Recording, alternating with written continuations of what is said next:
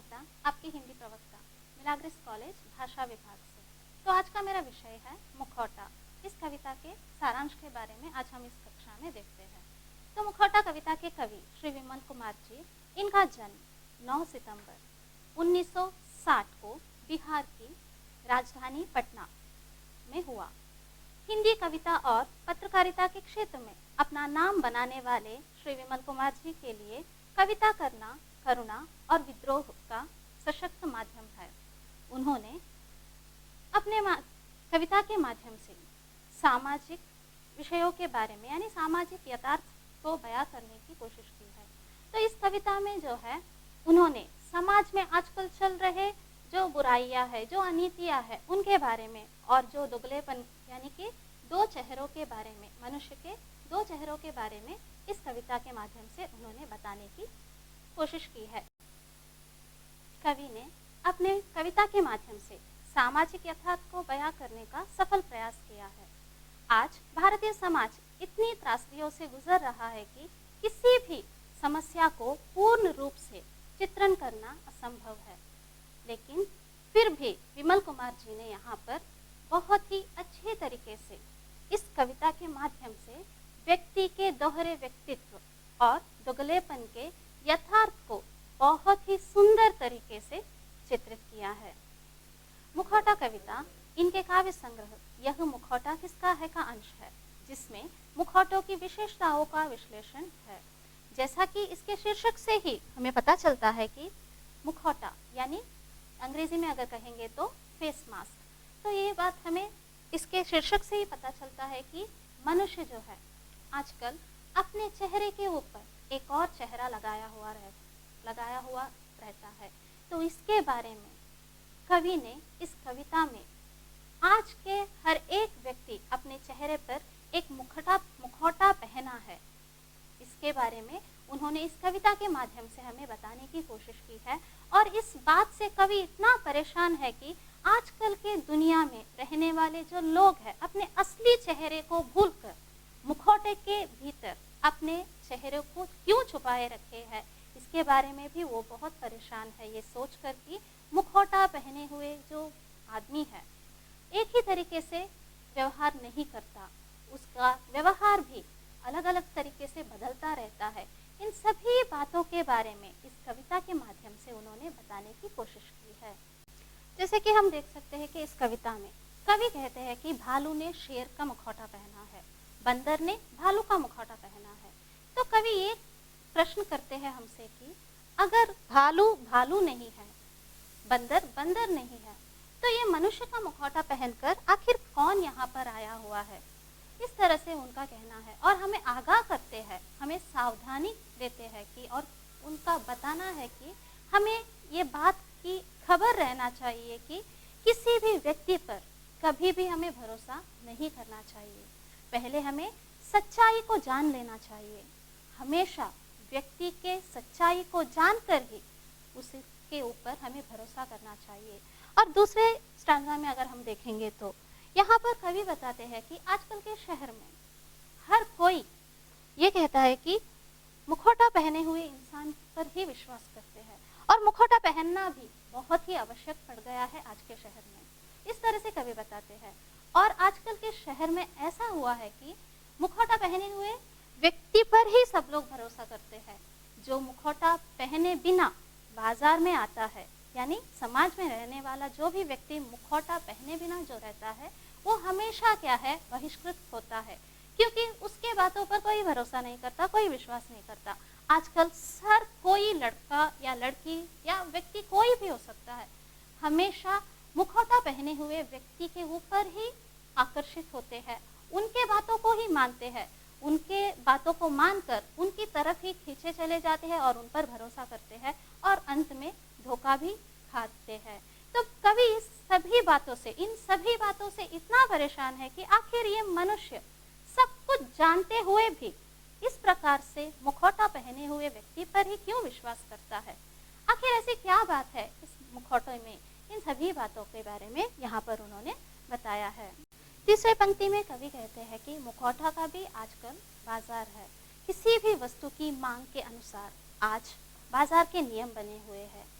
जब हर व्यक्ति को अपनी असलियत को छिपाने के लिए किसी न किसी एक मुखौटे की आवश्यकता पड़ी तो बाजार में कई तरह के मुखौटे मिलने लगे, जैसे रंग बिरंगे, छोटे बड़े, इस प्रकार के। आज मुखौटों की अधिक मांग हो गई है, तो इस पंक्ति में कवि यही बताना चाहते हैं कि जिस वस्तु की ज्यादा आवश्यकता होती है उस वस्तु की ज्यादा मांग भी बढ़ जाती है। तो मुखौटों की मांग भी आजकल बाजार में बहुत बढ़ने लगे हैं। यहाँ पर कवि बताते हैं कि आजकल मुखौटों की अधिक मांग है, तो इस तरह से बाजारों में भी यही नियम लागू हो गए हैं कि हर किसी जगह पर, चाहे मॉल में जाए, बाजार में जाए, किसी भी मार्केट में जाए, वहाँ पर रंग बिरंगे अलग अलग प्रकार के छोटे बड़े मुखौटे मिलते रहते हैं। उसी प्रकार से मुखौटे का जो है कीमत भी उसी प्रकार से लगाया गया है। जो ज्यादा कीमती होता है वो ज्यादा सुंदर दिखता है, उस प्रकार से सब होता है। तो ये जो मुखौटे हैं एक तरह से आकर्षक होते हैं, सामने वाले को अपनी तरफ खींचते हैं।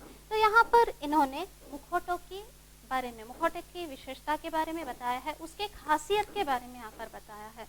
तो ये यहाँ पर कवि कहते हैं कि मुखौटा जो है अपनी तरफ अट्रैक्ट करता है सभी को। मुखौटे पहने हुए इंसान की तरफ सब लोग अट्रैक्ट होते हैं। जो मुखौटा नहीं पहनता सामने से ज्यादा अच्छी तरीके से नहीं बात करता, यानी कि जो फेस टू फेस बात करता है उस तरह के लोगों को कोई पसंद नहीं करता। जो सामने से अच्छे से बात करते हैं उनके मन के अंदर क्या है ये कोई नहीं देखता, लेकिन सामने से अच्छे से बात करते हैं उन्हीं लोगों को सब लोग पसंद करते हैं। तो आजकल की जो दुनिया में इसी तरीके का भावनाएं चलती रहती है। तो यहाँ पर भी कवि यही बताते हैं कि ये जो मुखौटा पहनने वाला व्यक्ति जो है अट्रैक्टिव होता है, वो आकर्षित करता है सभी को, लेकिन उसके पास जाने के बाद ही पता चलता है कि उसका व्यक्तित्व कैसा है।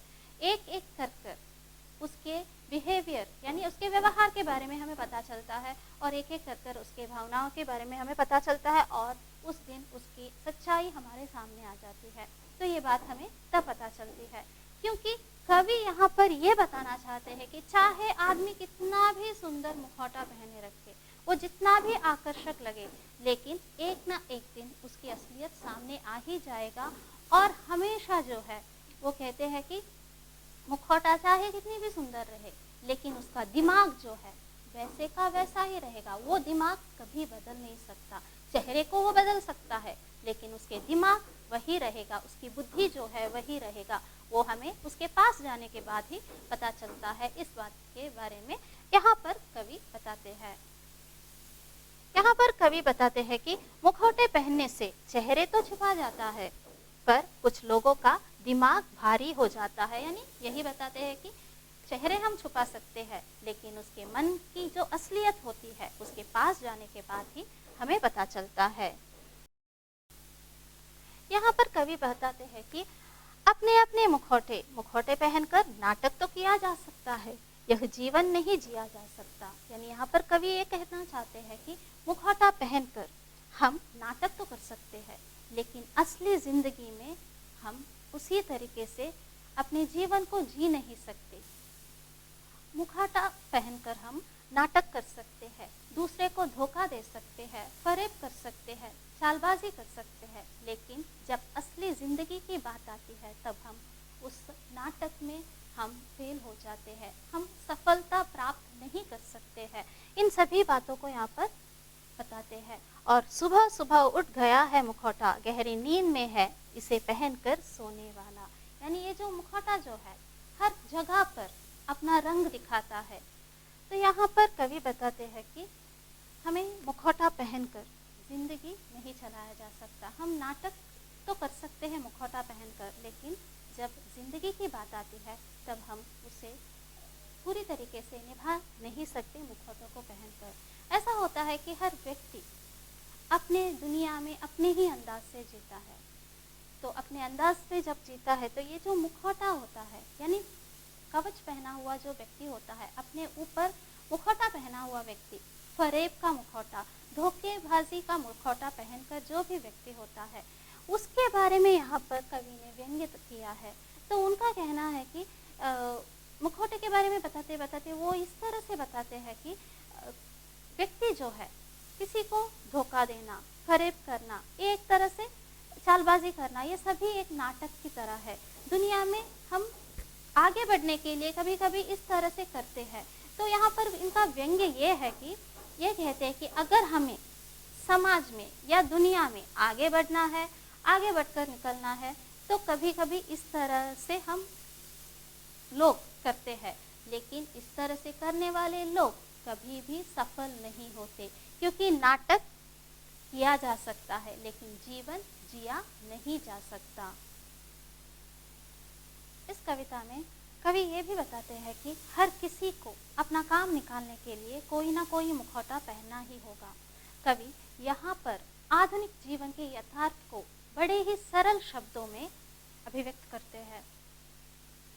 कवि यहाँ कहते हैं कि मुखौटा लाख सच बोलने का प्रयत्न करे, पर वह कभी सच नहीं बोल सकता, क्योंकि मुखौटे का अर्थ ही है झूठ, यानी असत्य। जिस मुखौटे को पहनकर मनुष्य दूसरों को धोखा देता है, वह उसी के द्वारा निर्मित है। दुनिया भर में कई प्रकार के रंग बिरंगे हर आकार के मुखौटे मिलते हैं। मुखौटों का ही एक बाजार भी है। मानव निर्मित मुखौटे की भी उम्र होती है, वो भी बूढ़े हो जाते हैं। कुछ लोग अपने लिए अपनी मनपसंद मुखौटा खरीदते हैं, कुछ लोगों को उपहार स्वरूप भी मिलते हैं। इस प्रकार से यहाँ पर कवि कहते हैं कि आजकल तरह तरह के मुखौटे मिलते हैं, और ये जो मुखौटे हैं कभी भी सच नहीं बोल सकते, क्योंकि मुखौटों का अर्थ ही है झूठ, फरेब, असत्य।